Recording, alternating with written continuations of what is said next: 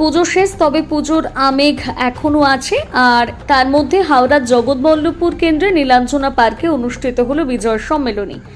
এই বিজয়ীদের সম্মেলনীতে 157টা ক্লাবকে সংবর্ধিত পুরস্কার করা হয়।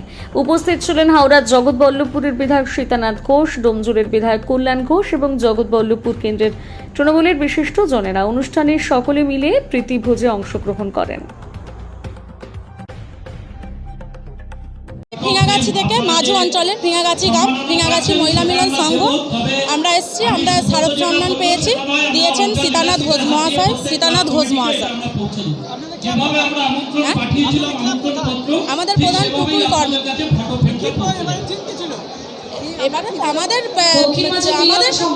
আমাদের থিমের ওপর হয়নি, আমাদের এমনি খোলামেলা প্যান্ডেল, অল্প জায়গা তো থিমের ওপর কোনো প্যান্ডেল হয়নি। এমনি প্রতিমা হয়েছিল, প্যান্ডেল হয়েছিল এমনি খোলামেলা চালা প্যান্ডেল। হরিনারায়ণপুর আনন্দ আশ্রম। আমার নাম মহামায়া সামন্ত।